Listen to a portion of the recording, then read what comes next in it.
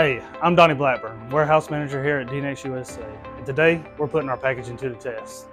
We want to show just how sturdy and reliable our packaging really is. That's why I've asked my colleague Dennis Jones to assist us in showing how we package our units. These are for the new EPA17 and EPA21 DOCs for Cummins engines.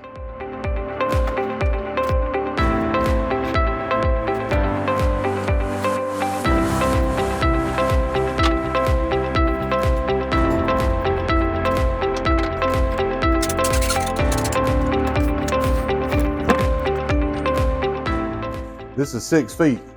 Let's see what happens. And as they always say, please don't try this at home.